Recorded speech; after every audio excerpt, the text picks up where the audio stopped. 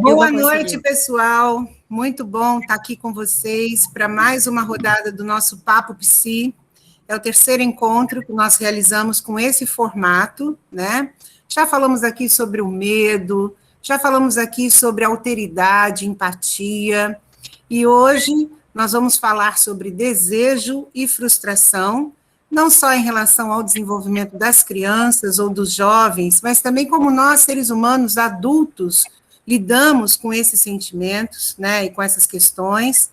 E para isso nós estamos aqui com uma convidada muito querida, Fernanda Costa Moura, psicanalista, professora lá do programa de pós-graduação em teoria psicanalítica da UFRJ.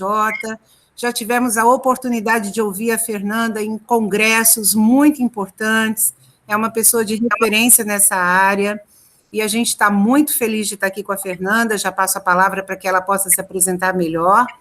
E essa noite nós teremos também a nossa querida Flávia Naon, psicóloga da educação infantil, que, em complemento à fala da Fernanda, vai apresentar para vocês como que é o nosso currículo de desenvolvimento socioemocional, nós chamamos de currículo de DSE, nesse segmento de ensino, tanto na unidade de Ipanema quanto na unidade de Laranjeiras, tá? Todos podem fazer perguntas através do chat ao longo dessa conversa, e eu vou estar aqui mediando, vou estar aqui de olho. Quem precisar e achar que precisa interromper também não tem problema, se quiser, levanta a mãozinha aí, virtual, pede uma parte, mas, do contrário, a gente vai seguir com a fala das duas, né, cerca de meia hora cada, e depois a gente vai abrir um espaço para interlocução, tão importante, né, nessa dinâmica de encontro de convidados, pais, professores, membros da equipe de gestão, ou seja, toda a comunidade escolar aí reunida, né, nesse espaço de encontro para conversar sobre aspectos tão importantes do desenvolvimento dos nossos alunos, das famílias e de toda a comunidade. Então, aproveitem bem a noite, tá bom? E passo a palavra, então, para a nossa convidada, Fernanda Costa Moura. Boa noite, Fernanda. Bom, boa noite, todo mundo. Em primeiro lugar, queria agradecer muito a oportunidade de estar aqui conversando com vocês, agradecer o convite, a Thelma Paulon, a Flávia Naon. Muito prazer em estar aqui com a Flávia, que eu sei que tem todo um desenvolvimento, um investimento importante na questão da educação infantil, e para esse tema que a gente vai tratar hoje, né, tem nas crianças assim, um polo de questionamento permanente, né? Então, eu acho muito, muito boa essa oportunidade de estar aqui com vocês, de participar de uma comunidade escolar, da gente ter essa possibilidade de conversar, de trocar ideias, nesse momento que a gente está tão isolado, está tão difícil, né? Mesmo quando vocês se encontram aí na escola, depois volta cada um para a sua casa, né? Está tendo restrições de todo tipo. Então, é esse momento mais importante do que nunca da gente fazer uma corrente, da gente poder fazer uma cadeia de palavra, né?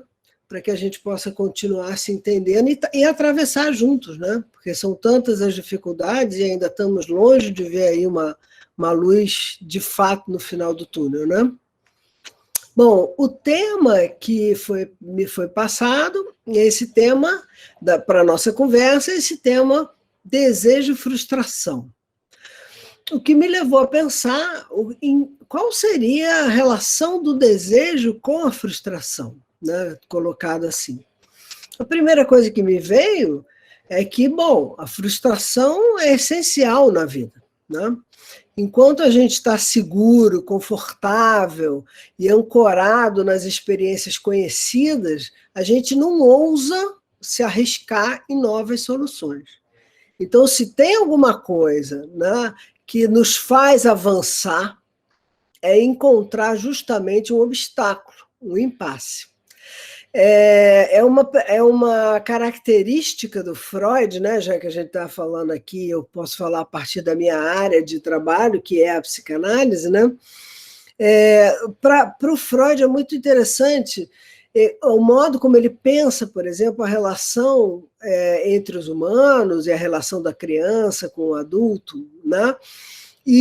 Por exemplo, ao contrário de um pensamento como o de Piaget, que vai falar do desenvolvimento da criança, da aquisição de novas faculdades, né? E de novas habilidades, como sendo o motor, a diretriz que leva uma criança a se desenvolver. Para o Freud, ao contrário disso, ele vai pensar que na interação da criança com o outro, com seus outros significativos, com o corpo próprio, com o objeto, é o encontro de um certo limite, de um certo impasse, de um certo esgotamento, que se traduz numa perda para a criança, que faz ela avançar e inventar um outro modo de se relacionar com o adulto, com o corpo, com o objeto, com os limites, né? E é muito interessante porque para o Freud, justamente, isso não significa que a criança, quando ela reinventa o seu modo de articulação com o outro, e mais uma vez insistindo, esse outro é tudo isso, né? É o objeto, o limite, o corpo, as outras pessoas, quando ela reinventa isso, ela não simplesmente passa de estádio, como ele chama, e deixa tudo para trás. Pelo contrário, né? A cada avanço existe ali alguma coisa que o Freud chama das fixações, que chamam a criança para retornar a um modo de relação conhecido, adquirido, que, por sua vez, redunda em impasse e ela tem que avançar. Então, já de saída, a gente pode pensar como que para a psicanálise essa dimensão de encontrar um obstáculo, de encontrar um impasse, ela é criadora para o sujeito, né? Ela faz o sujeito avançar. Com as crianças, acontece a mesma coisa do que com a gente, na verdade, né? É muito importante que as crianças possam colher o fruto das suas ações, das escolhas que elas fizeram, né? E do ponto até onde essas escolhas as levaram, né? As levou para chegar ao impasse, né? E é isso que faz com que a criança possa avançar, né?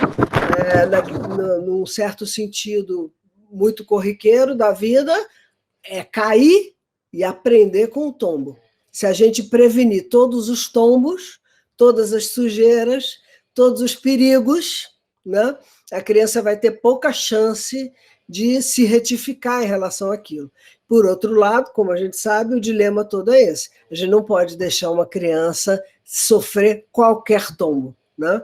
Ou a gente precisa, de alguma maneira, estar sempre nessa tensão, né?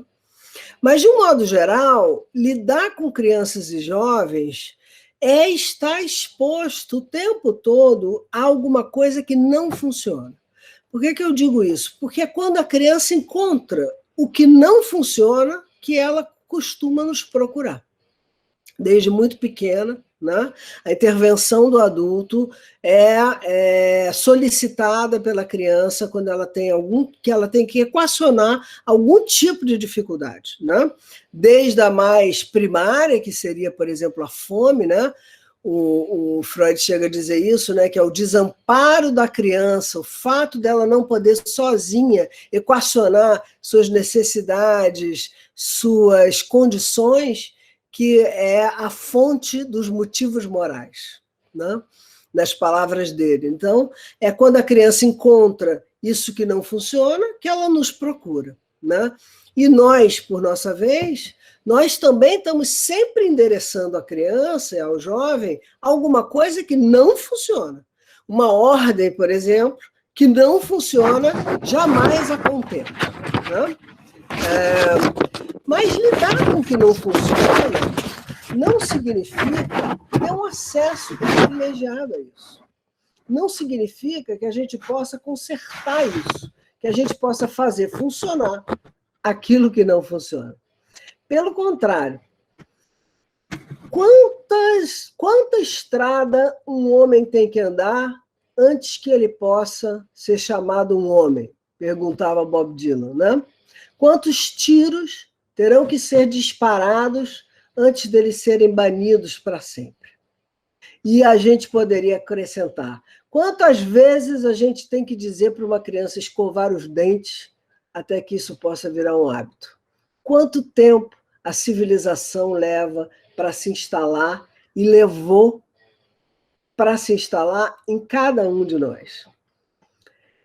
A resposta, meu caro, está espalhada pelo vento, né? Essa é a nossa condição. Então, é na medida que a gente se expõe a encontrar a pergunta, o pedido, a confusão da criança, a desordem da criança, sem achar que a gente tem uma solução na ponta da língua, que um adulto pode ajudar uma criança a se situar melhor diante do real. Pais angustiados, por sua vez, tendem a desenvolver a crença, por exemplo, de que a criança não aguenta a frustração, né? De que a criança seria frágil demais para isso. Ou dito de outro modo, talvez isso seja a nossa suposição, a suposição que a gente faz de uma intolerância à frustração que não é apenas da criança, que é a nossa também, né? A intolerância dos próprios pais à frustração pode nos levar a achar que a gente tem que atender imediatamente a todas as exigências da criança, como uma tentativa primeira de acalmar a criança, né? A gente pode, por exemplo, nesse movimento, tentar poupar a criança dos impasses, do erro, né? Do problema, da morte, por exemplo, né? Aquelas velhas situações, né? De a morte de um animalzinho, de um mascote, a morte de um ente querido, de alguém, né? Quando a gente acha que é preciso rodear isso com um monte de eufemismos, né? E a gente só recrudesce essa ideia de que a criança não teria recursos para elaborar isso que está na vida e que é nosso trabalho, digamos assim, é nossa tarefa construir com ela esses recursos, né? E não poupar ela disso. Eu costumo dizer que na minha experiência pessoal, por exemplo, eu vivi 2 momentos distintos com os meus filhos que eu tive que aprender isso. O primeiro foi quando o primeiro dos meus filhos subiu num escorrega mais alto do que a minha mão conseguia alcançar. Isso foi uma experiência que eu nunca me esqueci, porque tudo que era importante para mim, me importava na vida, estava lá em cima, eu não tinha mais o menor acesso, eu tinha que confiar em falar com ele, olhar para ele e dizer para ele: bom, muito bem, senta, bota a perninha, vamos lá, desce no escorrega. Era uma aposta radical, porque tudo que me importava estava ali e eu não tinha mais o acesso mecânico ao meu filho, né? Eu não podia mais agarrar ele e botar ele na pista do escorrega, né? Ele tinha que ir lá com as próprias perninhas dele e eu estava ali do lado, né? Vivi uma situação muito semelhante quando os meus filhos cresceram e começaram a ter as namoradas, né? E a minha filha, o namorado, era alguma coisa de dizer: pô, o sujeito vê ali o filho sofrendo, por exemplo, diante de uma dificuldade, e era como o escorrega, eu não tinha mais acesso àquilo, né? Eu podia estar junto, eu podia acompanhar, eu podia conversar, eu podia olhar olho no olho, mas eu não podia resolver nada para eles, né? Essa experiência, né,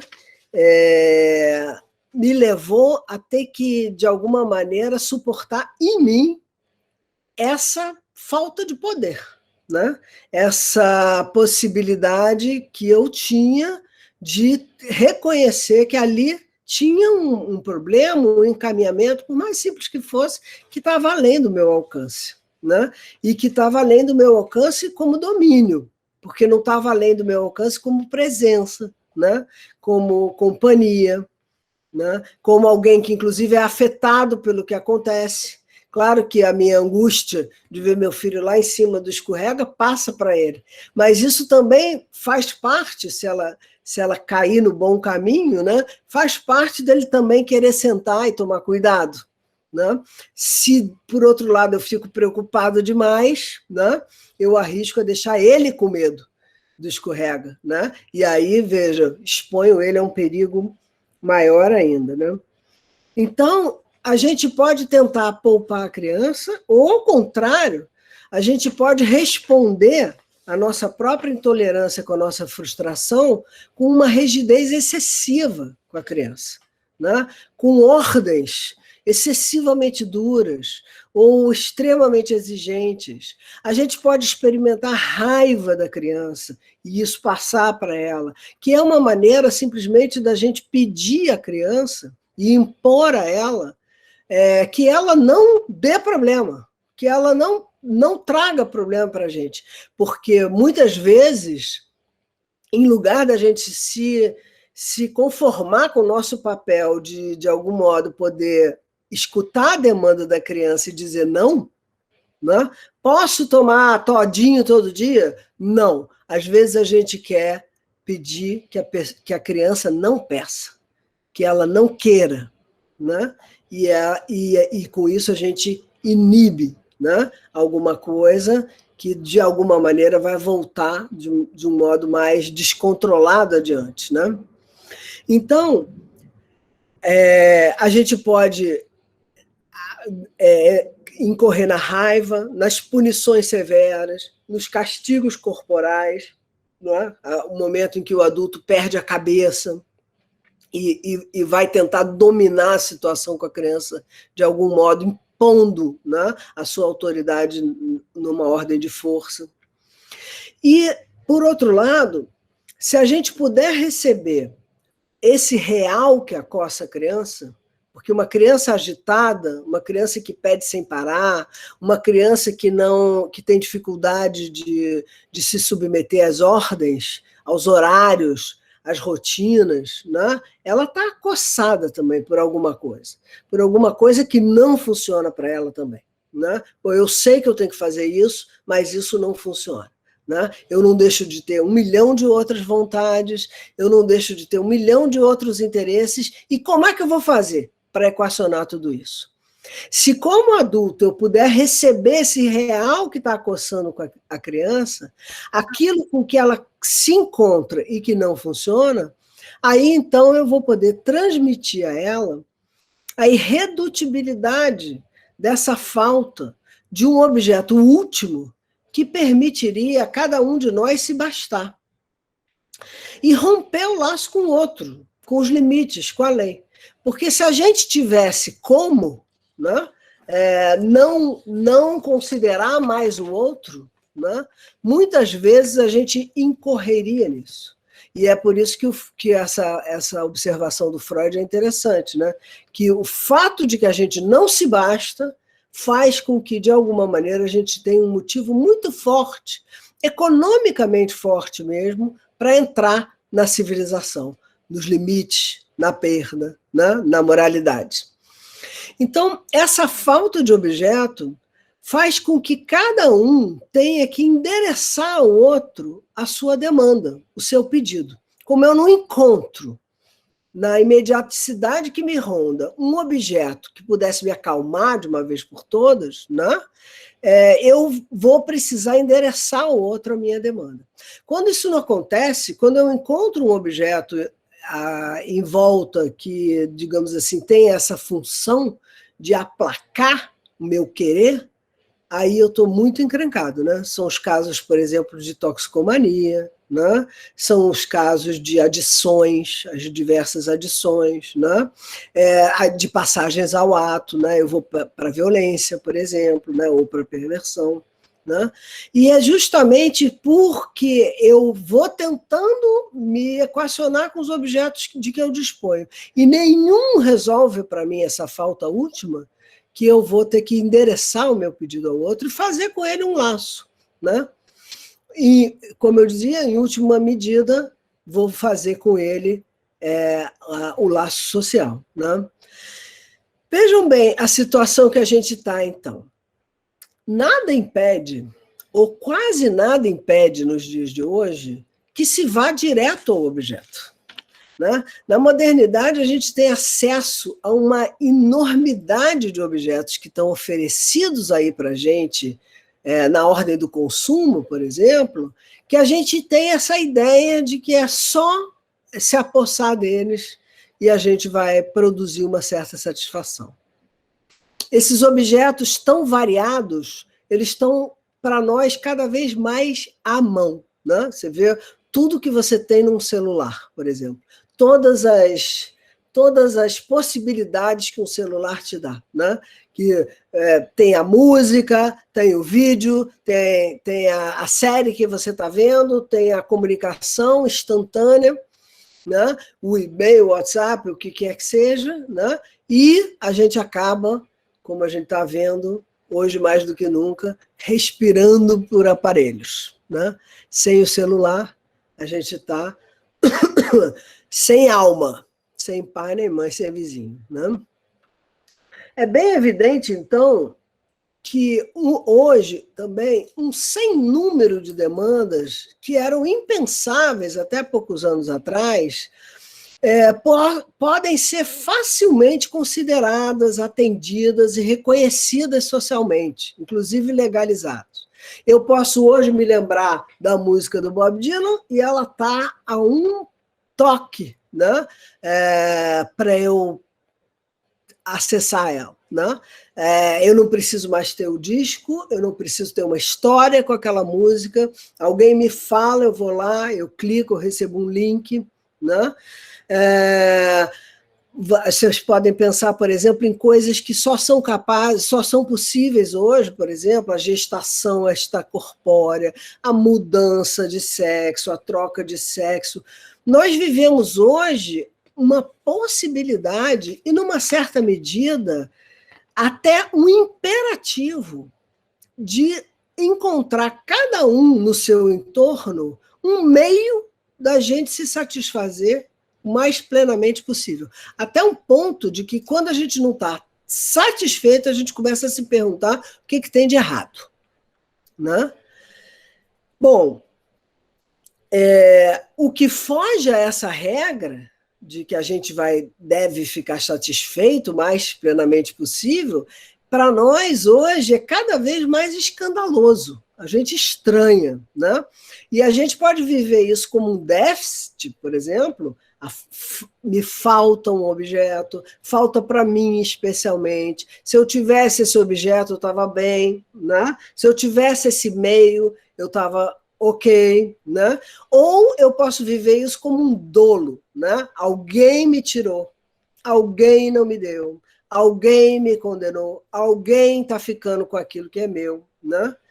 De modo que a gente hoje arrisca passar rapidamente demais para o plano da reivindicação. Antes da gente experimentar uma falta, um desejo, a gente já está reivindicando uma satisfação. E do plano da satisfação, num segundo, a gente encontra a ideia do direito, por exemplo.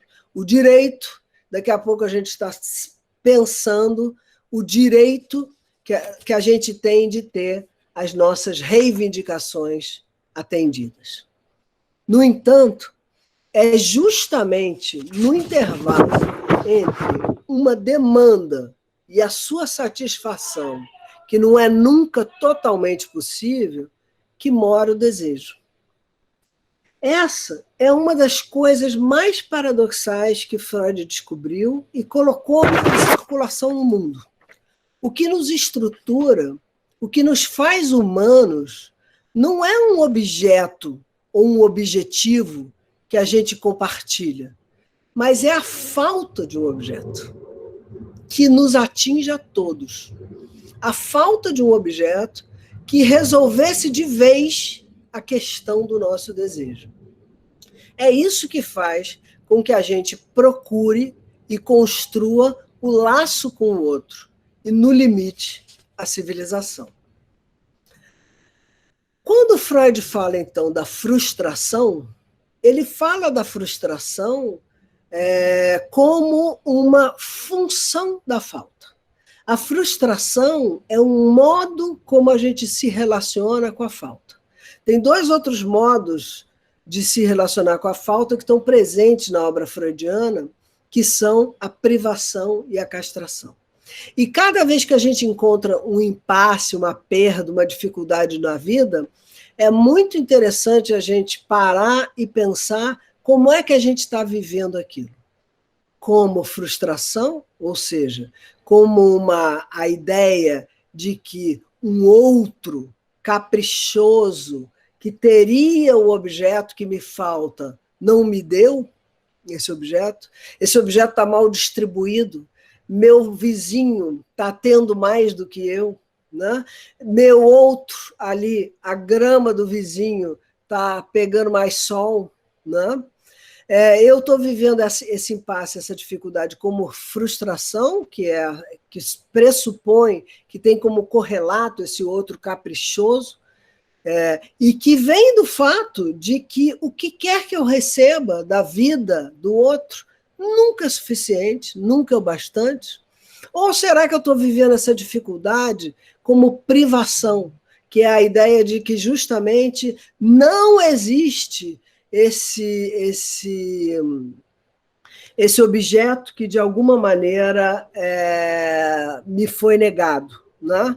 É uma falta real a privação, né? Um modo de viver a falta que coloca a falta nessa ideia de que o outro não me deu esse objeto, porque em algum lugar isso está interditado para ele também. Falta esse objeto para ele também, e isso, vejam bem, é alguma coisa muito importante, porque é um primeiro encontro com a dimensão desejante do outro, ou seja, dimensão do outro que não se resolve nele mesmo também, né? Que precisa aí do laço da civilização para se equacionar, mas, ao mesmo tempo, é aquilo que nos enche de angústia, né? Porque se esse outro não tem aquilo que eu preciso, né? Onde é que eu vou poder encontrar? Né? Se não tem em algum lugar algo que esteja garantido quanto a isso, né? Como é que eu vou me virar? É assim, no campo da privação, por exemplo, que o Freud vê o Hans erigindo um objeto como um objeto fóbico, que é o cavalo, no caso do Hans, e que a gente vê nas nossas crianças, né? O desenvolvimento dos medos, das pequenas fobias, são todas passagens necessárias, inclusive para elaborar a angústia que a gente tem de viver e que uma criança precisa passar. Então, a criança ter esses sintomas, a fobia, o medo do escuro, é alguma coisa perfeitamente pertinente à passagem dela pela experiência diária dela. Quando isso fica fixado e se repete e subjuga a criança a ponto disso atravessar a experiência da criança e restringi-la demais, aí você tem uma situação que patologizou. Né? Mas a criança passa ela faz esses sintomas transitórios e ela passa por todos esses. E ainda tem uma terceira função da falta em Freud, que é propriamente dizer a castração, que é aquela que dá acesso ao desejo. A castração é apenas a noção de que não tem tu, vai tu mesmo. Né? É na falta de solução que eu vou precisar criar uma solução meio mequetrefe, porque vai ser sempre uma solução falha, parcial, mas que vai ser criada com o meu empenho, o meu corpo, a minha criatividade, a minha relação com o outro, a minha sintomática, ou seja, as minhas dificuldades, aquilo que em mim claudica, e é com isso mesmo que eu vou poder construir uma solução. Então, quando a gente está diante da dificuldade, da perda, é bom a gente se perguntar como é que a gente está vivendo essa perda. Se é como frustração, se é como privação, ou se é como castração. Né? A castração seria, digamos assim, um momento em que a gente tem uma relação mais criativa com essa perda. Né? Um momento em que a gente pode, enfim, avançar, apesar de não ter uma solução preta por ter, a gente vai criar alguma coisa aí que é singular. Né? Então, essas funções da falta que estão espalhadas em Freud, que Lacan sistematizou, né, como essas três, falando detidamente de qual é o outro que cada uma delas coloca em jogo, né, o que está pressuposto aí. É muito interessante esse trabalho que ele faz, mas o fato é que essas passagens pela experiência da falta é a subjetivação disso que faz um sujeito. Então, se a gente pegar a frustração, por exemplo, é o modo como a gente vai vivenciar a frustração e elaborar a frustração e o lugar que a gente vai dar a isso na nossa vida, na vida da criança a quem a gente se dirige, na vida do adulto que a gente na vida do adulto a quem a criança se dirige, que vai é a subjetivação disso que vai constituir um sujeito. Né? De alguma maneira, a frustração ela tem essa vantagem, digamos assim, de colocar em cena, né, essa ideia, ela vem muito fácil para a gente, essa ideia de que o objeto não estaria perdido para sempre, de que ele está em algum lugar, eu só ainda não encontrei. Né? Por isso, o parentesco, digamos assim, da frustração com a demanda. Já o desejo, né? Freud fala no desejo, primeiro ele fala no desejo em termos de Wunsch, né? O voto, né? Aquilo que você almeja, que você gostaria. Ele vai dizer que o desejo ele se realiza ou não, mas ele não se satisfaz. O sonho, por exemplo, mostra isso. O sonho articula os restos do dia com aquilo que o Freud chama o desejo infantil indestrutível, né? E coloca justamente essa tessitura da nossa vida com aquilo que nos estrutura como falta e mostra o desejo sendo realizado. Por isso o desejo é alguma coisa que sempre abre para o futuro. É diferente, o desejo, Wunsch em Freud, é diferente daquilo que ele chama a Triebe, que é a impelição, né? Traduzido em português por pulsão, né? Que é a direção para um objeto, inclusive a apropriação de um objeto, a captura de um objeto e a produção de satisfação a partir do objeto. Freud vai dizer que na pulsão, a pulsão sempre se satisfaz. O desejo só se realiza. Por isso, Lacan vai introduzir no Wunsch freudiano a ideia de Begierden, que é o desejo propriamente dito, que ele vai fazer a diferença do Begierden com o Voluntas, e ele vai mostrar que justamente o desejo não é uma vontade, não é um apetite, não é a vontade de um objeto em especial. Né? O desejo tem muito mais a ver com um objeto que constitui uma falta permanente para mim. No entanto, o que nos acontece cada vez mais é que, em lugar da gente colocar na nossa vida essa referência a isso que nos falta, inevitavelmente, e que nos faz humanos, A gente procura as nossas referências nos objetos que estão disponíveis e que são oferecidos para a gente na ordem do consumo, que é, afinal de contas, a estrutura que a gente vive. Né? A gente não é o índio chavante que caça sua paca para comer. A gente não é o índio Yanomami que faz com as próprias mãos a oca, a casa onde ele mora, que faz com as próprias mãos a rede onde ele dorme, o cesto onde ele colhe seus frutos. Né?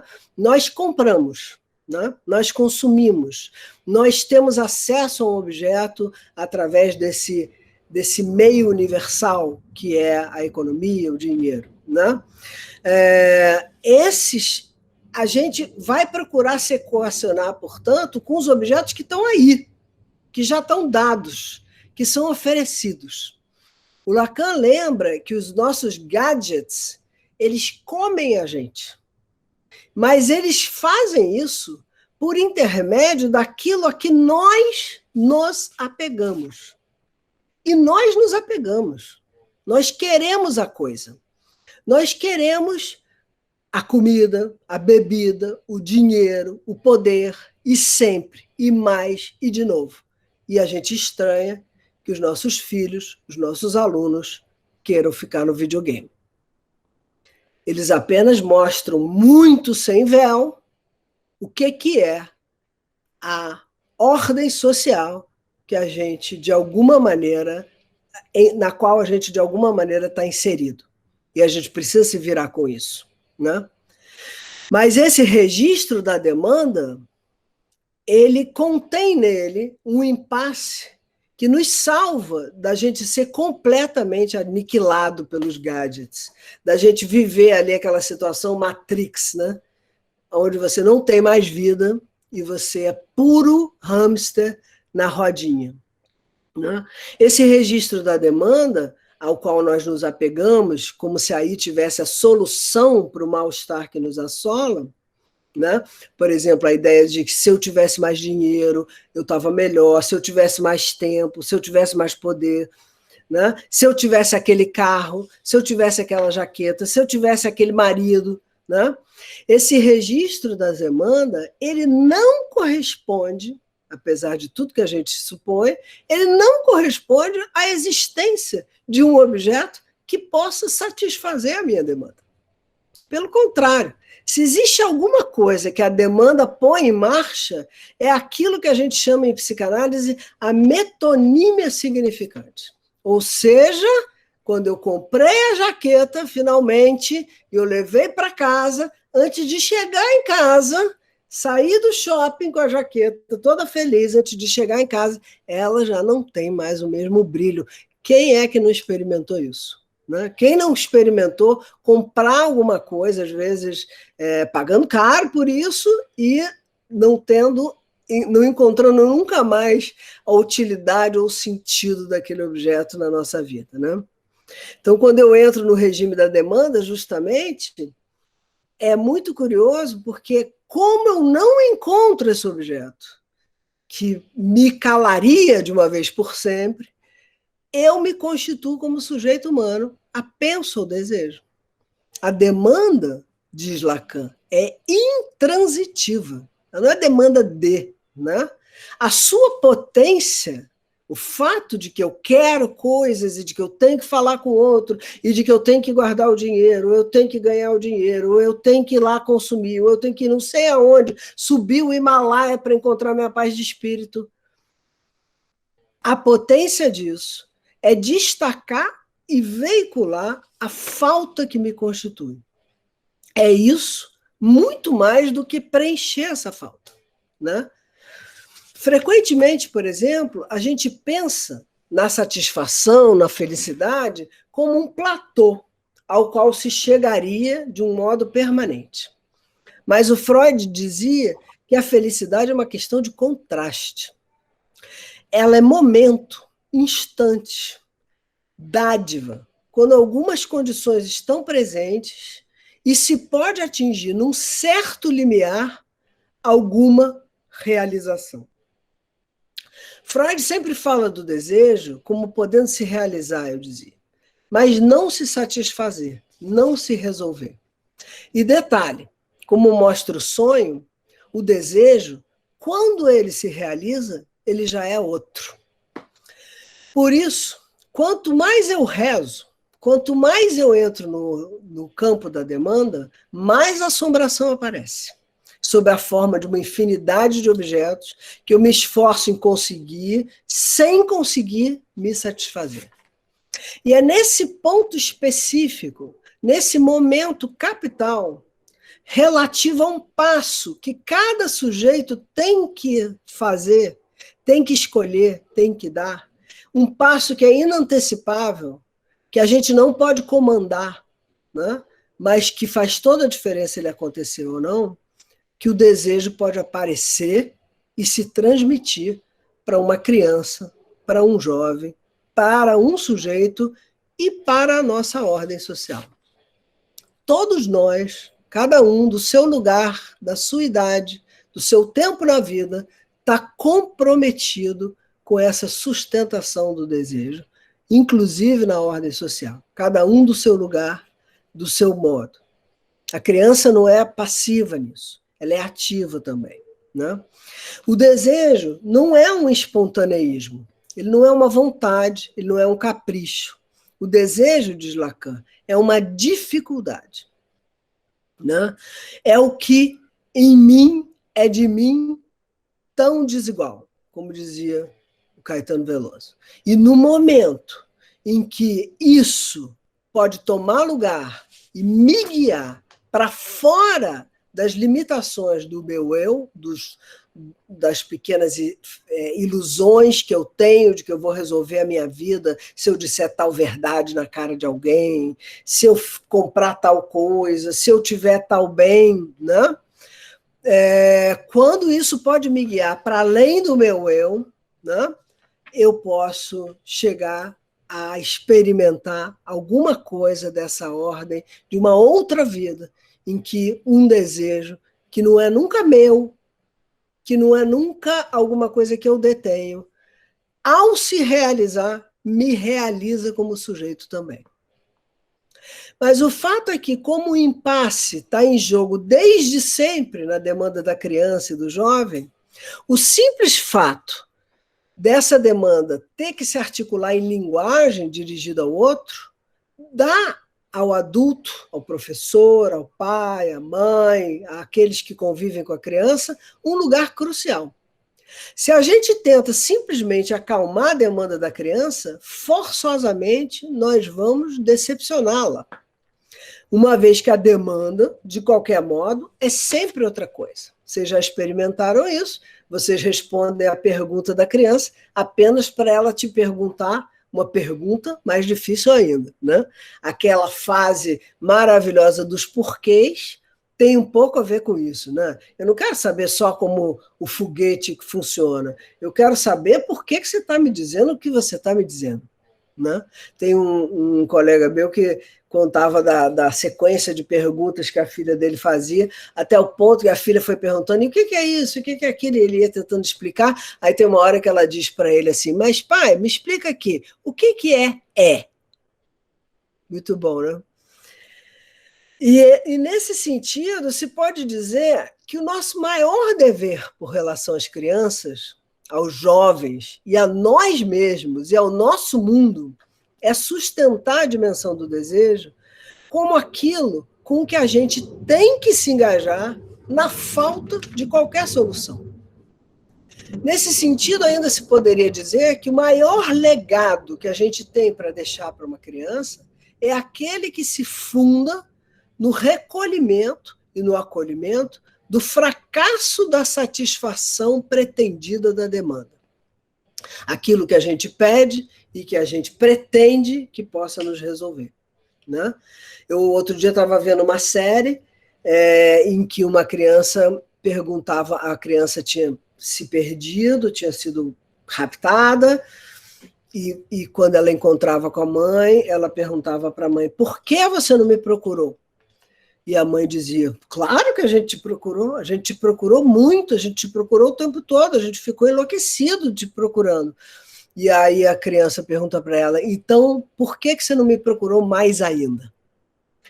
E é muito bonito, porque a criança pede isso do adulto, e nessa hora a mãe diz para a criança, tá bom, tá legal, tudo bem você ficar zangada comigo. É normal, é importante você ficar zangada comigo. Eu também estou muito chateada de não poder ter estado com você, mas tenha certeza de que eu não deixei de te amar, etc, etc. Estou trazendo esse pequeno diálogo porque é um momento em que você vê a criança pede do adulto, né, que seja superpotente, que procure até achar. Se a mãe se toma nesse lugar, ela só pode decepcionar a criança. Se ela pode aceitar o fracasso dela, aí ela pode dar à criança uma outra coisa que a criança nem sabe que está pedindo, e que é a presença dela, a reafirmação do amor dela, né? a possibilidade de transmissão de que ela está ali, mesmo que ela tenha falhado. Né? É esse fracasso que, sustentado com coragem pelo adulto, vem testemunhar a falha que atravessa permanentemente a nossa pretensão de equacionar o desejo, a nossa condição humana, no escopo da oferta e da procura. E isso abre o campo para a criança experimentar outra coisa e poder viver uma outra ordem das coisas. É essa falha real, intrínseca ao funcionamento da linguagem, porque o funcionamento da linguagem me impede de saber exatamente o que é que eu desejo, porque quando eu penso que é uma coisa, eu já troquei, né? É essa falha que a nossa ordem social toma como contingente, como provisória, como se ela fosse uma espécie de efeito colateral a ser suprimido da vida, é essa falha que a gente tem o dever de sustentar, de falar dela e de testemunhar dela para as nossas crianças. É disso que um adulto pode dar notícias para uma criança. E é isso que ele tem a transmitir. Mas, para isso, a gente tem que poder suportar a nossa própria frustração. Agora, na pandemia, por exemplo, só para concluir, os desafios para a gente suportar a nossa frustração estão gigantescos. Né? Nós estamos todos sobrecarregados, os educadores, então, nem se falam, fazendo uma tarefa que a gente não escolheu propriamente, para a qual a gente não foi treinado, né? Para a qual a gente não tem os meios, por exemplo, enfrentar a questão de um ensino à distância, né? Desses encontros online. Né? E estamos fazendo isso com resultados muito questionáveis, porque o virtual não é para todo mundo, não é para todos os alunos, nem é para todas as matérias e nem para todos os professores. Então, o esforço das pessoas que estão na escola, a meu ver, precisa ser muito valorizado. E isso tem que ser, nesse momento específico da história que a gente está passando, alguma coisa que não dependa tanto de um tipo de resultado aferível como a gente tinha todos os anos normais da nossa vida. Nós não estamos num ano normal. Nós não estamos atravessando um período qualquer. As expectativas, nesse sentido, têm que ser repensadas. A gente vai ter que arrumar meios de respeitar as limitações, as nossas, a da escola, a das crianças, a dos pais, e fazer o que é possível. Sustentar o fracasso diante do real que nos impele a agir e a inventar como prosseguir. Parar para pensar, por exemplo, no que se pode fazer e no que não se pode fazer. E negociar a cada caso, com a escola, com os pais, com a criança, com a nossa própria família e com nós mesmos. É um período, A gente não pode esperar fazer desse período excepcional um período normal, ordinário. E, por outro lado, a gente pode aproveitar esse momento para ensinar as crianças a lidar com a frustração e a indeterminação, e o fato de que a gente nunca sabe se amanhã vai ter aula, se não vai ter aula, se alguém vai aparecer com Covid, se eu posso ir ao cinema, se eu não posso ir ao cinema, se eu posso ir na festa de aniversário do coleguinha ou não posso, né? E com seus próprios limites. Os professores, os pais, podem ajudar as crianças a lidar com o sofrimento e o impasse e as privações, sem ter que recorrer à violência, às patologias, né? Para que a gente possa, quem sabe, juntos, aproveitar um pouco do que a pandemia também nos obrigou a repensar. Obrigada, gente. Passei do meu tempo, né? Desculpa.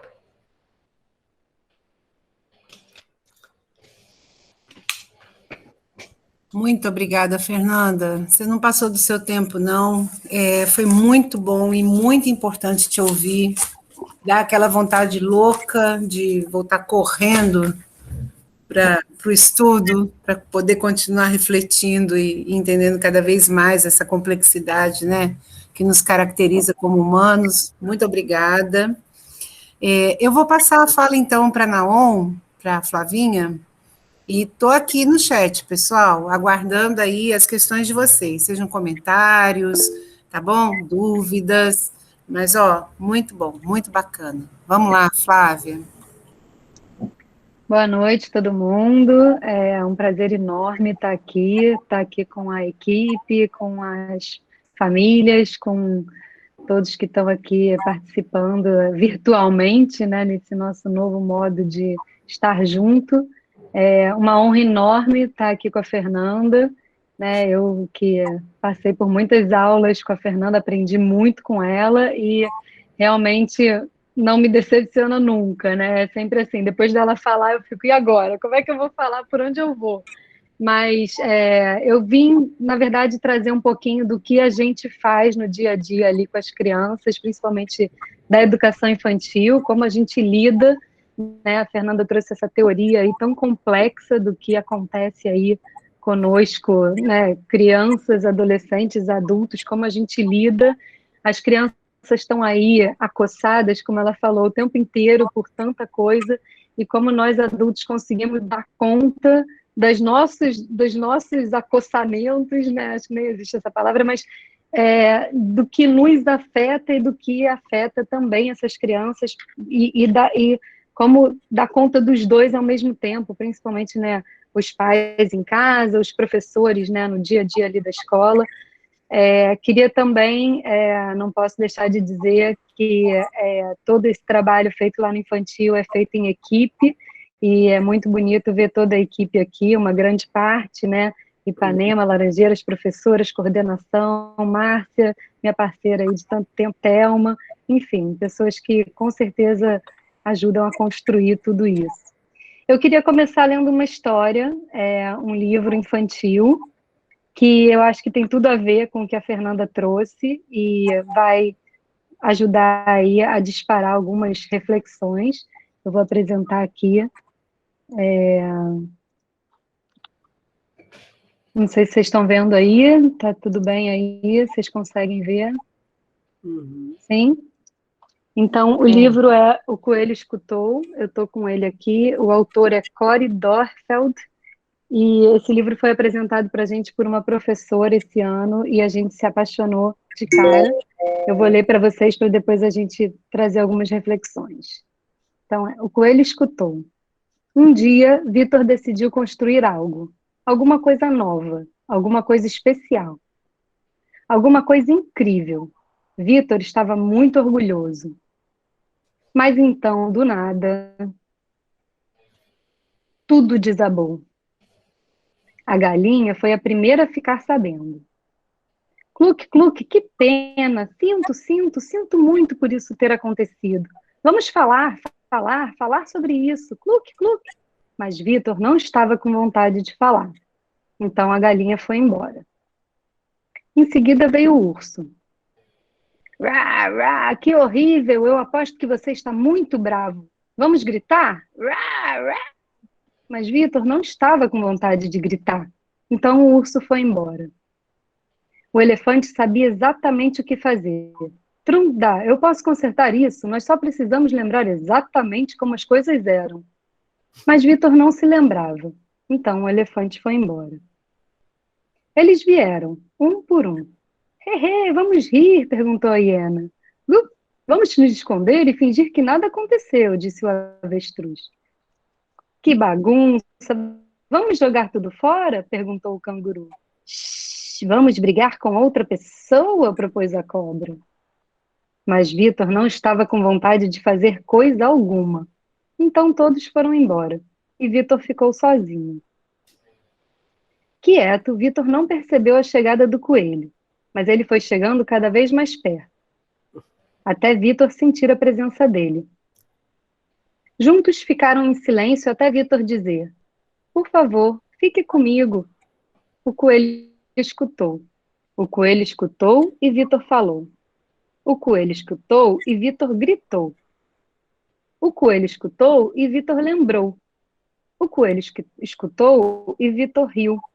O coelho escutou os planos de Vitor para se esconder, para jogar tudo fora, para brigar com alguém.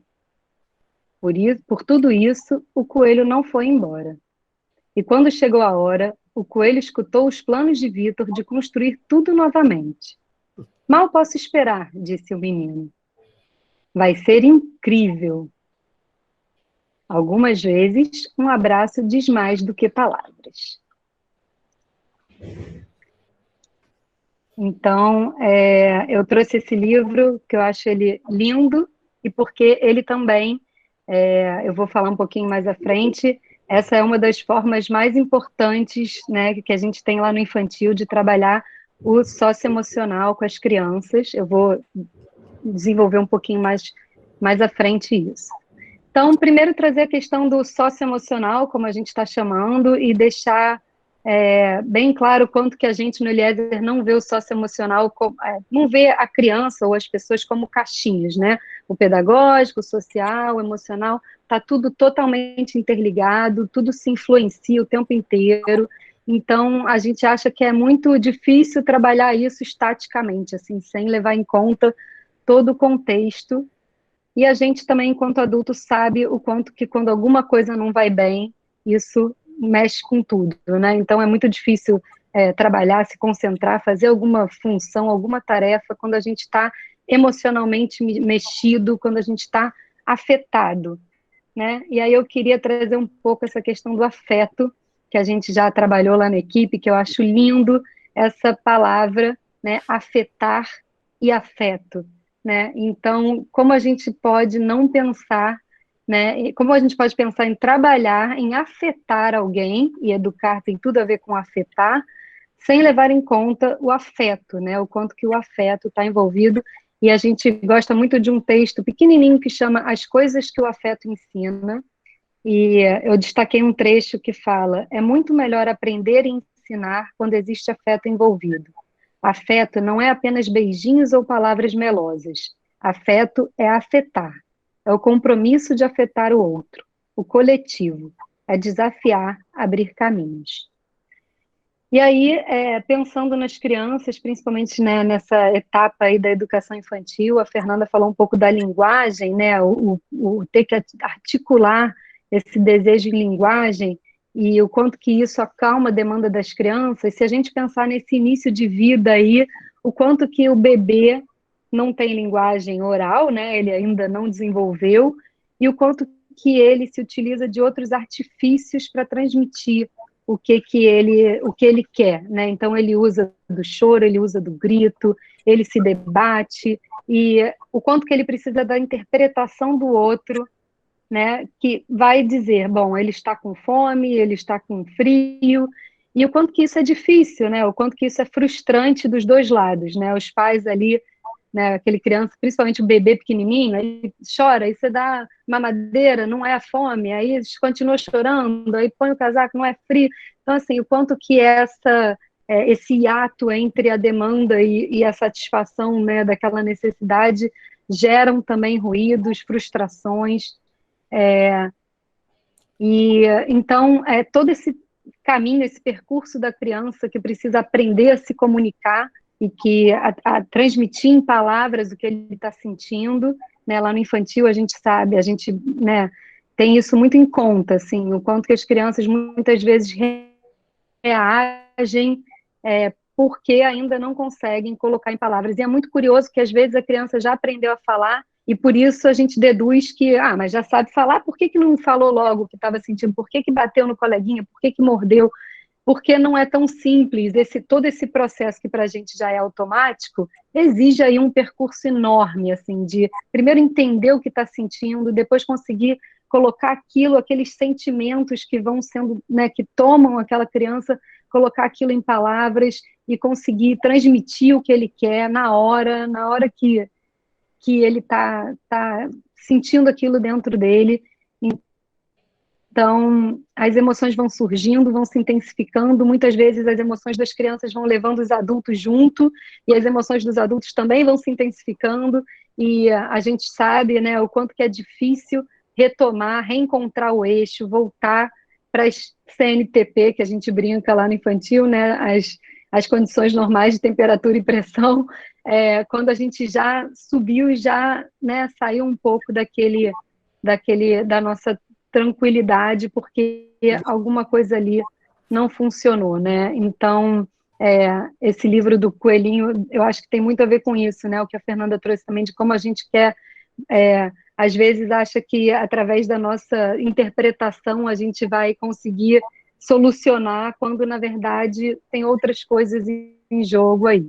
Então, outro tópico aí que eu achei importante no desenvolvimento infantil, nessa fase dos pequenininhos, é a questão do crescimento, o quanto que crescer também traz desafios, e se a gente pensar na educação infantil, nessa fase, o quanto que eles, né, para além dos neurônios se multiplicando intensamente, né, o quanto que eles passam por tanta coisa ao longo desse período, né, é o período que eles aprendem a andar, a pular, a falar, a se relacionar, enfim, a desfraldar, a desmamar, e o quanto cada mudança exige da gente, exige das crianças, né? Então, as crianças vão ter que se haver com todos esses desafios, com todas essas demandas que surgem e que são difíceis. Muitas vezes também eles têm a consciência de que eles estão crescendo, e esse crescimento, né, vai gerar ganhos e perdas, mas eles conseguem ver muitas vezes as perdas, né, e o colo da mamãe, a mamãe que não vai dar mais na boca. Então, esse período aí inicial traz também, né, esse crescimento, fazer algo pela primeira vez e ter que lidar com isso é alguma coisa bem desafiadora. E o último ponto que eu acho que tem mais a ver com a escola, que é a questão da socialização, né, o quanto que entrar no mundo social é um desafio aí, principalmente, né, para as crianças pequenas, aquelas que, né, estavam em casa com os seus pais, avós, e tendo os seus desejos atendidos, sendo assistidos por poucas pessoas que estavam ali à disposição quase, né, para lidar com eles, e agora eles têm que lidar com o fato de que eles estão num mundo social, com regras, com outras crianças ali também demandando, também, né, cada um com os seus desejos, e eles tendo que compartilhar todas essas demandas, né? E aí é o adulto ali que precisa ajudá-los nesse percurso aí, nesse desafio de estarem em sociedade, né? De se haver com as regras impostas aí pelo mundo. E aí, trazendo um pouco para o infantil, para o setor, como é que a gente lida, como é que a gente trabalha o desenvolvimento social propriamente dito lá no infantil, e aí, para além das questões individuais, a gente tem que lidar com as questões do grupo, né? Então, a gente não tem um currículo fechado, foi o que a gente colocou ali, né? Quando a Thelma abriu aqui esse papo psi, o quanto que para a gente é caro, e é uma defesa nossa de não fechar esse currículo. A gente acha que é importante mesmo as questões que surgem ao longo do nosso cotidiano, as questões que surgem com cada criança, com cada turma, vão ser trabalhadas e vão ser pensadas, né, de acordo com o que está acontecendo. A gente tem uma tabela, eu vou mostrar para vocês rapidamente essa tabela que, enfim, como eu falei antes, não está fechada, mas ela mostra um pouquinho como a gente pensa, né? Deixa eu botar aqui para apresentar. Então, a gente sempre pensa na fase do desenvolvimento, então, em que etapa do desenvolvimento aquelas crianças estão, o que está acontecendo naquele momento com as crianças, se né, a gente botou aí os berçário, aí tem maternal, tem pré-escola, e aí a gente parte daí, qual é a fase do desenvolvimento dessas crianças, quais são as situações pelas quais elas estão passando. Essa tabela também foi feita junto com a equipe, com as professoras, e aí, a partir dessa fase do desenvolvimento, a gente pensa também no desenvolvimento pedagógico, a gente olha também em que momento, de que forma elas estão aprendendo naquele momento, como é que a gente pode ajudar e apoiar esse trabalho pedagógico. E na Base Nacional Curricular, tudo isso entra em jogo quando a gente abre esse currículo. E aí, assim, o que é importante destacar, a gente, no infantil, considera que quem tem a prioridade para trabalhar o desenvolvimento infantil com as crianças são os adultos que estão no dia a dia deles, né? É o vínculo com quem as crianças, né, as crianças fazem um vínculo forte com as crianças que estão ali no dia a dia, então é muito complicado, delicado, uma criança que não é aquela ali que ele está acostumado vir trabalhar com eles sentimentos e situações, habilidades deles, acho que então, acho que isso para a gente é fundamental, que as pessoas que estejam com eles no dia a dia, com quem eles se sentem mais à vontade, sejam as pessoas com quem eles vão trabalhar o que está acontecendo. Uma outra coisa também fundamental que eu falei rapidamente, mas que para a gente é um pilar, digamos assim, que é trabalhar com o que surge. A gente não tem um currículo pré-determinado por isso, então a gente não tem determinado que no mês tal a gente vai trabalhar tal tema, ou com aquela série, tal mês, todo ano a gente vai trabalhar aquilo. Então acontece muitas vezes de com algumas séries a gente trabalhar alguns temas e com outras não. Isso é uma coisa que tem muito a ver com as crianças da turma, às vezes tem a ver com a turma, com o grupo.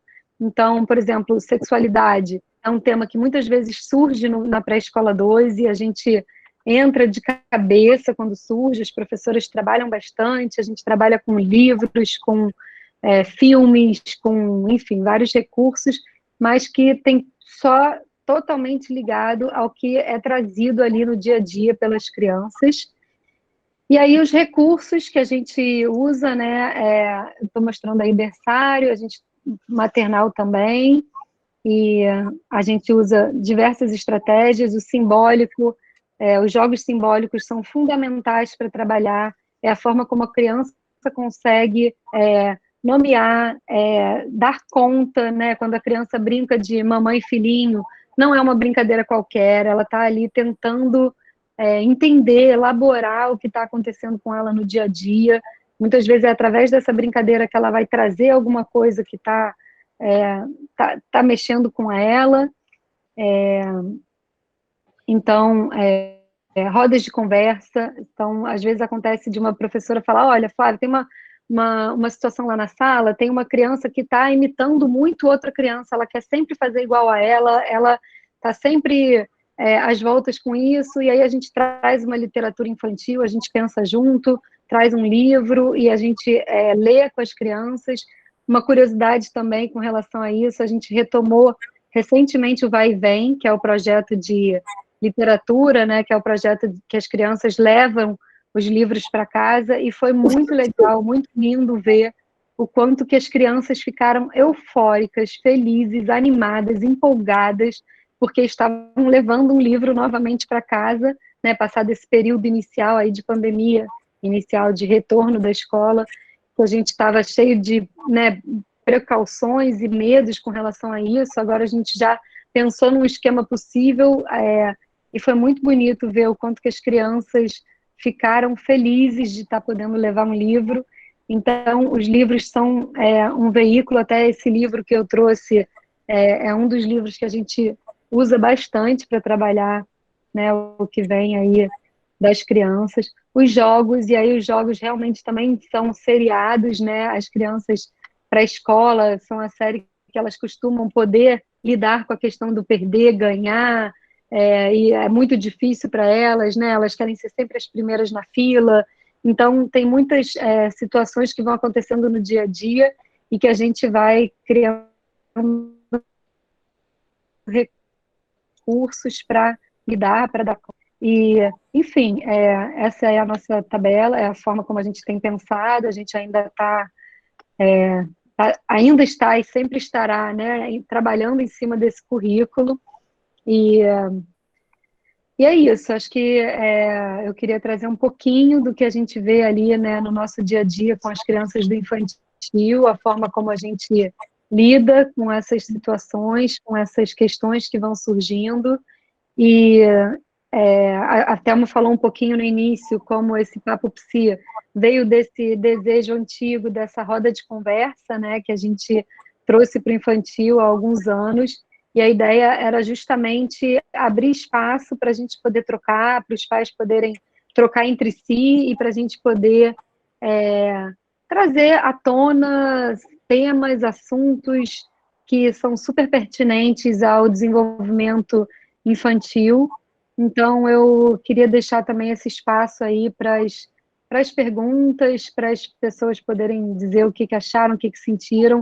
Eu fiquei com vontade de ler e reler várias vezes o que a Fernanda trouxe, né? Que muitas coisas para a gente refletir e, enfim, deixar um pouco agora a palavra com vocês. Não sei se no chat as pessoas estão trazendo. Estou vendo aqui a Lilian botou o coelho que sabia ouvir, né?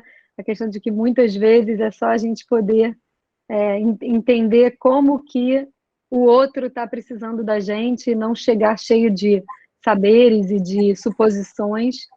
E, enfim, vamos abrir aí para as pessoas se colocarem e Thelma, se quiser trazer aí.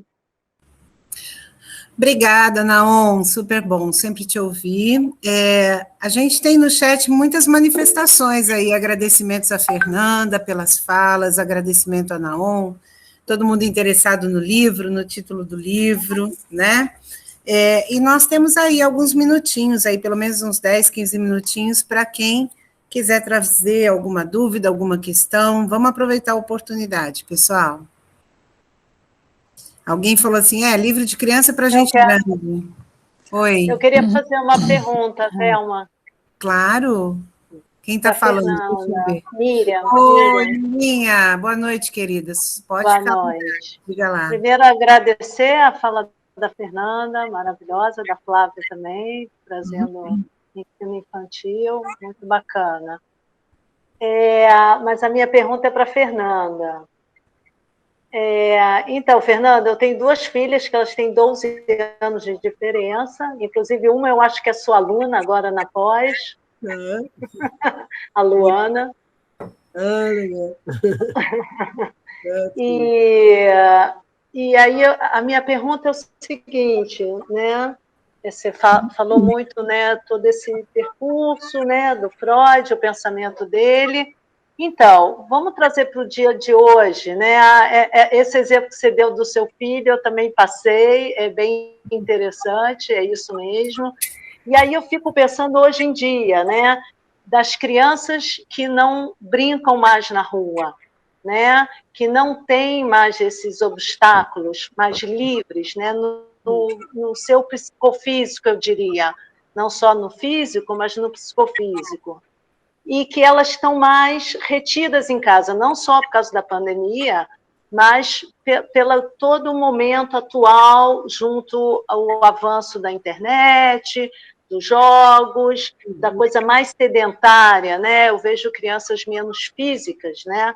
Mas só trabalhando mais essa ligação mais com a tecnologia, né? Então, eu queria que você me falasse se você percebe, por essa mudança, né, de comportamento mesmo, da evolução, né, que a gente está indo com esse avanço tecnológico, se as frustrações não aumentaram por esse imediatismo, né? Isso que você fala, né? Eu quero escutar uma música do Bob Dylan, não vem só na minha memória, eu vou lá e ativo. Então, eu percebo que a frustração, quer dizer, eu quero que você diga, mas eu tenho a minha experiência, mas queria que você dissesse mais, porque pode ser individual, mas se você vê essa mudança e se isso acarreta num retardamento, a amadurecimento do jovem, né? Inclusive, influenciando em suas escolhas para o que eles serão adultos, ou o que eles pensam sobre isso, ou o que eu farei para a sociedade. Né? Okay, eu vejo que a gente está com um problema aí. Obrigada, Mirinha. Fernanda, você quer responder ou quer ouvir mais alguma pergunta? Eu estou vendo que a Alessandra também está com a mão levantada. O que você prefere? Vamos ouvir. Tá.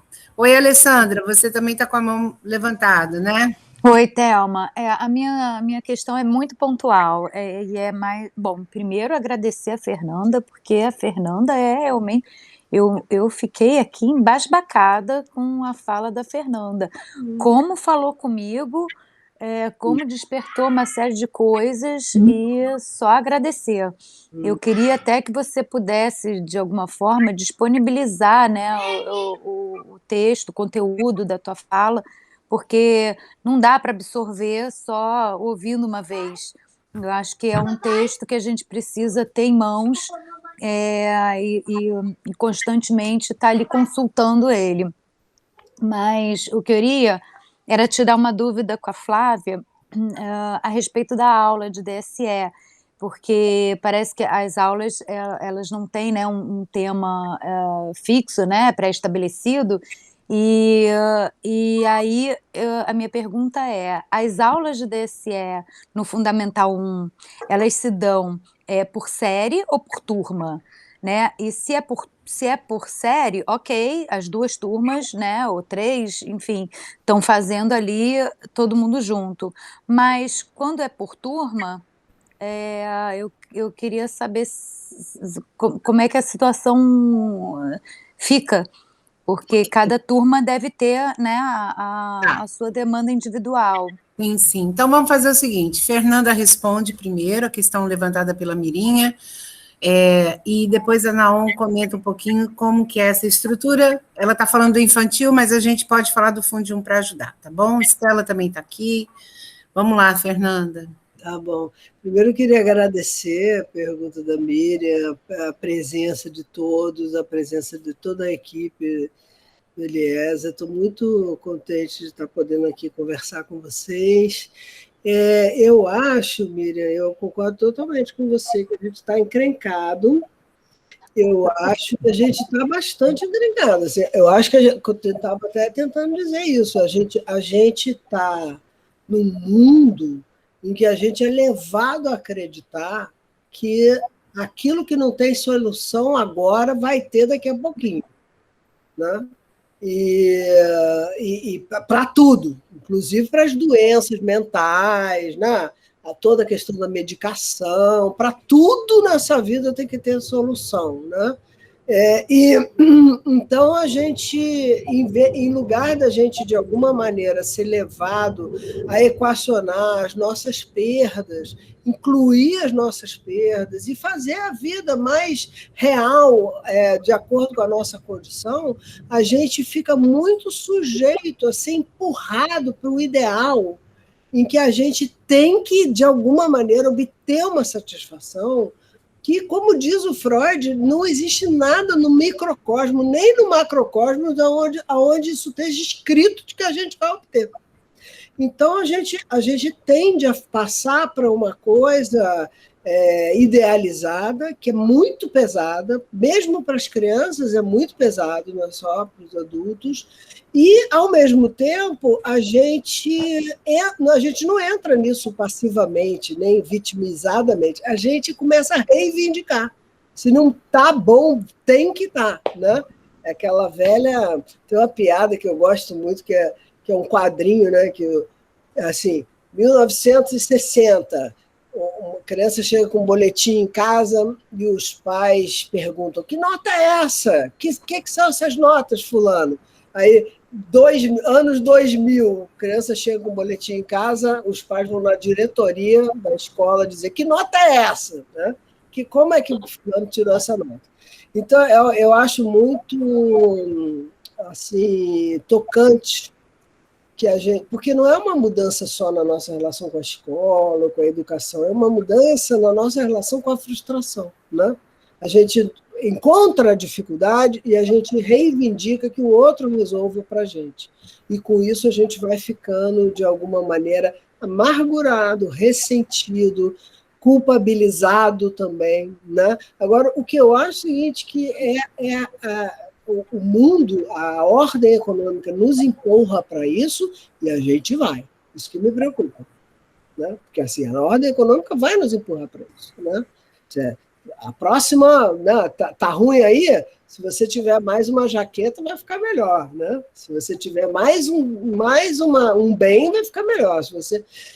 Isso é a ordem econômica. Mas a gente vai a um ponto da gente engolir muito sapo para manter essa ilusão. Né? A gente vai a um ponto de alguma maneira, aturar coisas que são, enfim, incompreensíveis, né? na nossa civilização, na nossa ordem humana.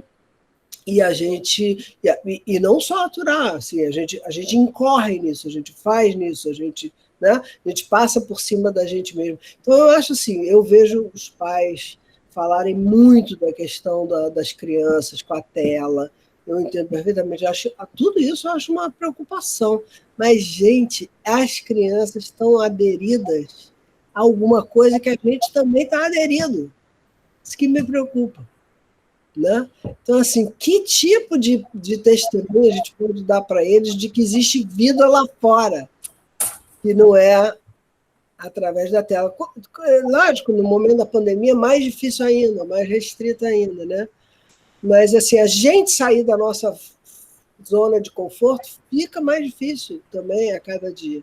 Isso que é preocupante, né? Então, eu acho que a única solução que a gente tem para isso é um pouco isso, fazer um laço social, conseguir junto, se estimular, né? Pensar soluções, negociar cada caso, inventar, né? com as crianças um outro modo de viver. Você vê, tudo isso dá trabalho, né?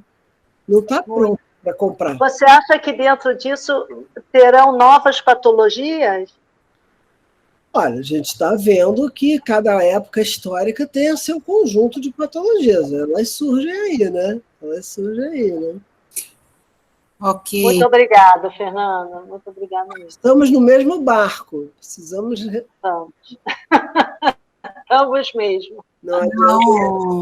Não, a pergunta era sobre o Fundium. Você quer responder ou Sim. que eu... Não, eu quero fazer um comentário só com relação a isso que a Fernanda trouxe, que eu recentemente, fazendo a anamnese das famílias, né, tem uma pergunta que tem alguma coisa que te preocupa, né, na criança, no seu filho?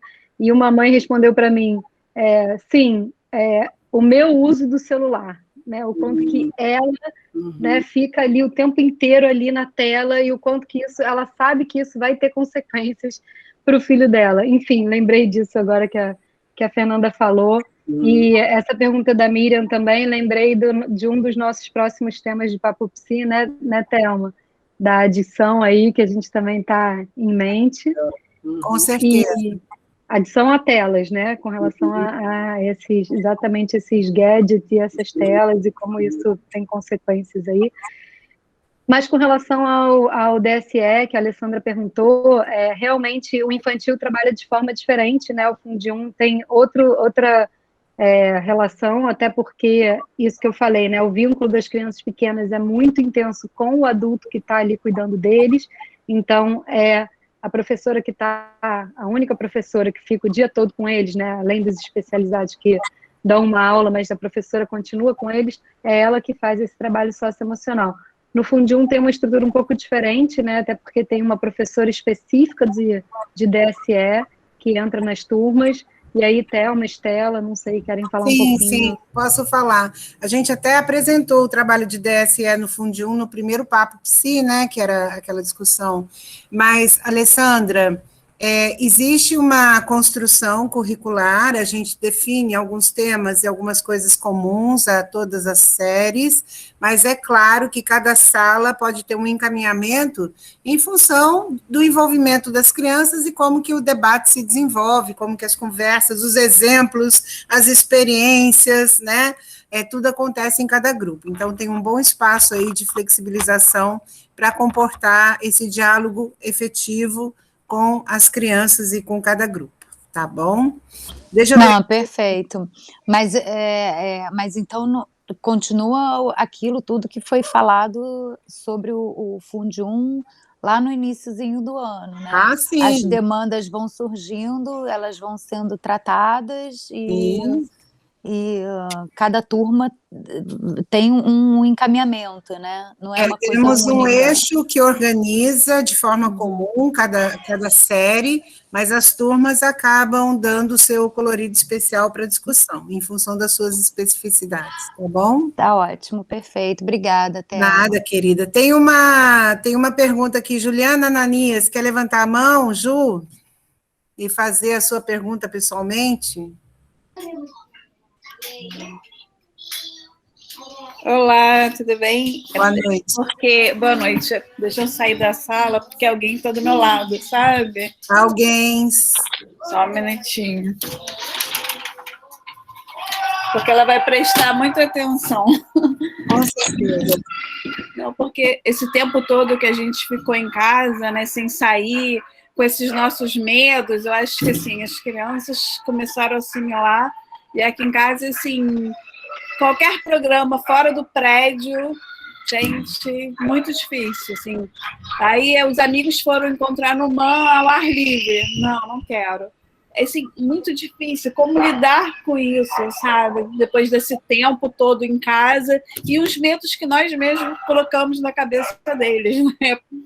Ah, não pode sair porque não sei o quê. Aí, assim, muito complicado essa fase agora. Fernanda, para você essa dúvida.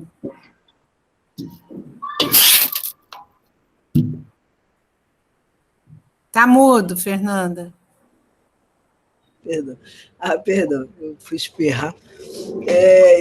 Juliana, é isso mesmo, né? A gente está passando um momento completamente excepcional, né? E agora a gente tem que equacionar tudo. A gente disse para eles que era deles para eles terem medo. A gente estava morrendo de medo, a gente continua com medo, provavelmente, né?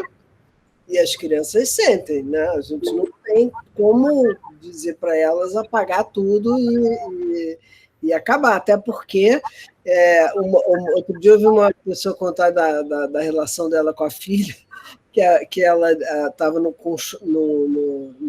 shopping com a filha, e a menina disse, poxa, essa máscara é tão ruim, me incomoda tanto.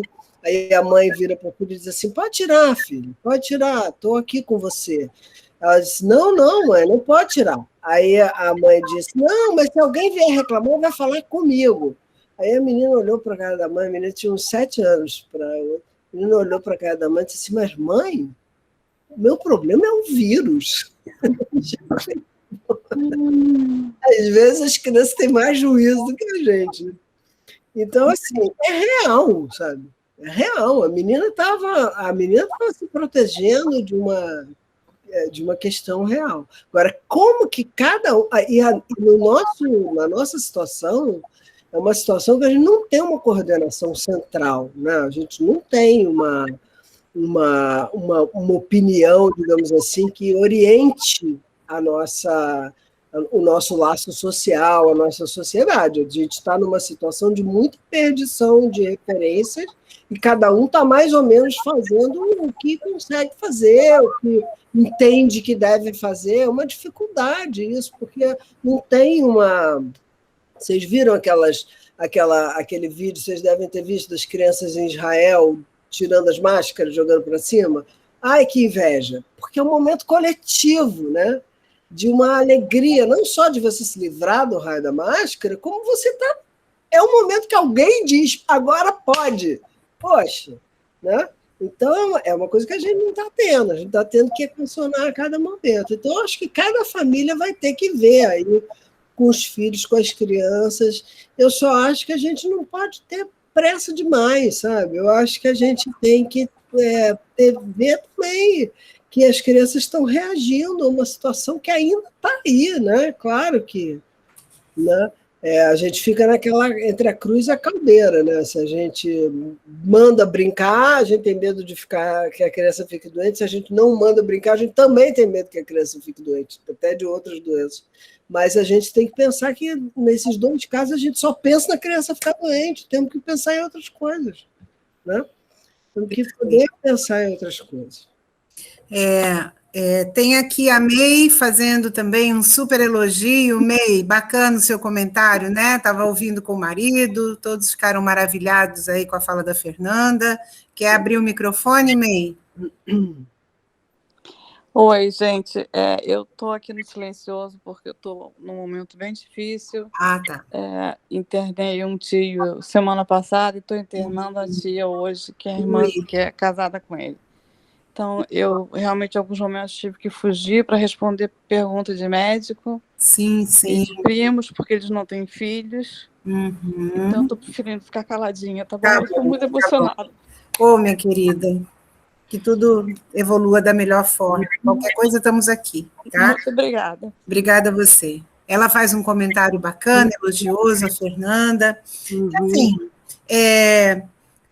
Assim, eu vou tomar liberdade aqui também de fazer um comentário, Fernanda, eu adorei mesmo a sua fala, e eu fiz alguns destaques, né? Você fala como é importante a frustração, como ela é necessária para o desenvolvimento de cada um, é o que faz avançar, né? É encontrar um obstáculo, e a necessidade do adulto ser capaz de sustentar, né, a sua própria frustração para poder permitir que o seu filho, seja criança, seja jovem, aprenda com os seus limites, aprenda com a consequência dos seus atos, aprenda, né, também pelos erros e acertos do seu próprio caminhar, do seu próprio processo, né?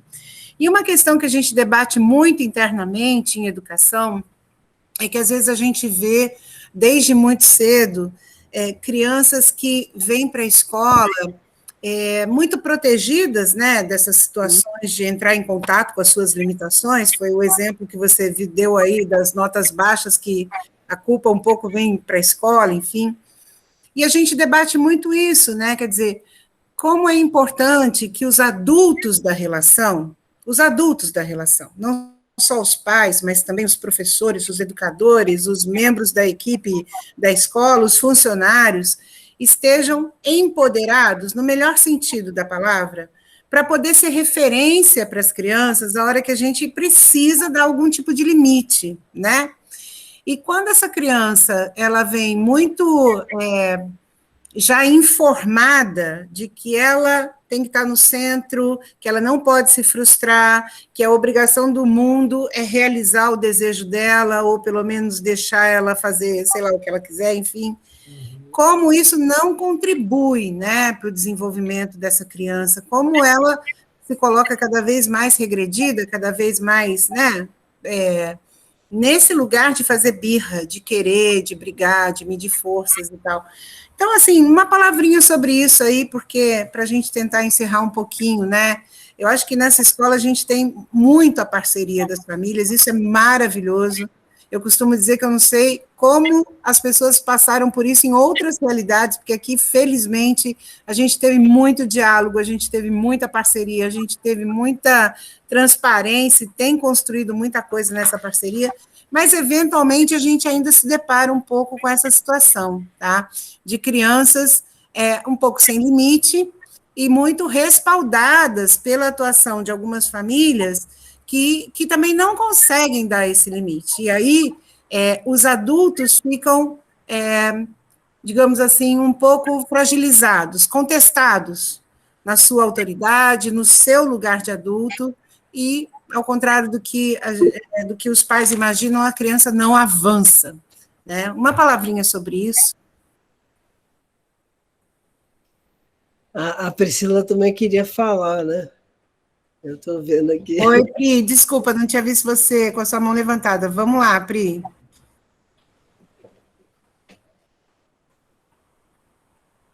Você está sem o microfone, Pri, está mutada. Desculpa. Se quiser responder a Thelma primeiro, como acharem melhor. Em relação ao que você está falando, Thelma, eu acho isso, Deus nos acuda, né, cara? A gente precisa muito uns dos outros, né? Porque, assim, a criança vem formada pela família, mas a família também vem formada por um estado de coisas, né? E aí a gente está enfrentando essas dificuldades. Eu acho que, de modo geral, a gente está tendo muita dificuldade de poder inventar a vida a partir dos limites. Né? Hoje em dia a gente está tendo uma pretensão de ultrapassar os limites. Né? E você vê essa coisa da cultura econômica onde a gente vive, tem muito isso, né? Do mais, tudo mais, né? Então, é isso, é difícil. Como é que a gente muda de canal com a criança? A gente quer mais, mas a gente quer, por exemplo, a gente diz para a criança essa coisa, né, de que ela tem que se submeter à ordem das coisas. E a gente sabe a dificuldade que a gente tem de se submeter à ordem das coisas, né? Então, assim, o que eu estava tentando dizer, isso é uma coisa importante, é que o desejo ele não vem espontaneamente, ele precisa ser transmitido. Né? A gente vai ter uma relação melhor com os limites, com os obstáculos, a gente vai poder ser mais criativo, inventar um modo de avançar com a vida, se a gente puder incluir o limite. E, para isso, o adulto precisa fazer isso, para poder transmitir isso para a criança, porque isso não é deliberado. A coisa é você dizer para a criança, essa é a minha experiência, pelo menos, o que você acha que ela tem que fazer. Porque a criança olha para o que você faz, né? A criança olha para a nossa verdade, não olha para o que a gente acha, nem para o nosso ideal. Né? Então, ela coloca em xeque o que a gente faz. Então, assim, ou a gente vai tentar se retificar nós mesmos, e aí a gente vai transmitir para a criança a necessidade de se retificar, ou elas vão ficar fazendo um sintoma que é o mesmo que a gente faz, que é ficar exigindo do outro que se mude, né? Mude de atitude, mude de lugar, para que a gente consiga fazer passar a nossa demanda, porque aí não se trata mais de desejo, né? É só a demanda. Perfeito. Acho que agora, para encerrar, Priscila, né? Então, queria primeiro agradecer vocês duas, Flávia e Fernanda, muito bom ouvir vocês. E enquanto a Fernanda foi falando, foi me vindo na cabeça um monte de exemplos que eu passo com as minhas filhas diariamente. Né? E uma coisa que eu fiquei pensando é que eu tenho uma de 5 e uma de 8. E elas, o tempo inteiro, elas estão demandando alguma coisa. Assim, elas querem, mamãe, compra isso, compra a carta Pokémon, quero comer doce, pode ter nugget? O tempo inteiro tem uma pergunta e uma demanda. Mas, ao mesmo tempo, tem uma coisa do desejo e da frustração que você estava falando, mas, ao mesmo tempo, eu não sinto tanto como uma frustração quando eu digo não, porque elas já vão para uma próxima. É como se aquela frustração é muito passageira. Então, isso não pode, então vou para o próximo. Enfim, fica nessa... O ponto de frustração que elas, de fato, sentem por não conseguirem aquele primeiro pedido, ou se é só, já entra num modo de que eu vou até conseguir alguma coisa, e se não conseguir também tudo bem, não vira um drama, sabe? Eu queria ouvir um pouquinho mais sobre isso. Mas, Priscila, justamente é isso que você está dizendo. Né? Ela está pedindo para você dizer não, né? Quando você diz não, quando ela vai, não vira um drama. Isso é muito legal que você está contando. Pois é esse desejo que não tem fim, mas... No coelho, né? Você está aí comigo? Você está me escutando? Você está aí, mesmo que você não possa me dar uma solução, mesmo que você não possa me calar, né? É o famoso saco sem fundo. Mas que na pandemia o saco sem fundo foi afundando, porque também você tinha que ceder para poder compensar todas as outras restrições. Então, o problema, esperamos passar logo, mas aí vai ser um problema também assim que a gente passar. Como vai ser realmente frustrá-los desses desejos que a gente teve que ceder em alguns momentos, né? Para compensar. Com certeza, isso é uma coisa que eu ouvi muito, assim, né? O quanto que a gente acabou cedendo demais, assim, né? Agora olhando, em nome de compensar esse momento que a gente estava vivendo, né? Enfim, acho que o que a Pri trouxe é um pouco desse desejo, que é desejo de nada, né? É desejo de desejar. Eu desejo isso, aí você me dá isso, eu não quero isso, eu quero aquilo, eu não quero aquilo, eu quero isso. E aí, a gente, enquanto pais, administrar isso também, né? É o exemplo que a Fernanda deu, né? Afinal de contas, o que é o né? Bom, gente, adorei. Espero que todos também tenham gostado muito desse papo. Eu ficaria aqui até de manhã falando mais sobre esse tema, mais com vocês, mas eu acho que agora a gente também precisa encerrar em função do horário. Agradecendo aqui mais uma vez, tá bom, Fernanda? Olha, muito obrigada, muito bem-vinda. Espero que a gente possa seguir dialogando aí pelos caminhos da vida. Naon, muito bom, muito obrigada, muito querida, como sempre, trazendo aí o trabalho da equipe toda do infantil, da escola, né? E obrigada a todos vocês que nos acompanharam aí até esse finalzinho, trazendo contribuições, comentários, tá? Muito obrigada, bom descanso, boa semana para todo mundo. Olha, um beijo e qualquer coisa está gravado. Quem quiser ouvir de novo... e respondendo a Alessandra, bibliografia, Fernanda, eu não sei, mas são obras completas que se fala? De Freud e Lacan, né? A gente pode começar indicando as obras completas, né? A Flávia e a Márcia conhecem. Conhecemos. Referência à tradução, que não é a tradução americana, né? Vamos da autêntica. Vamos da autêntica, ok, combinadíssimo. Vem do francês, tá ótimo. Tá bom. Queridas, obrigada, gente. Prazer enorme. Noite. Obrigada, tudo de bom. Obrigada, Fernanda. Boa noite. Obrigada a você. Tchau, Obrigada. Gente. Boa noite. Obrigada, Thelma. Obrigada, Eliezer. Boa noite. Tchau, obrigada.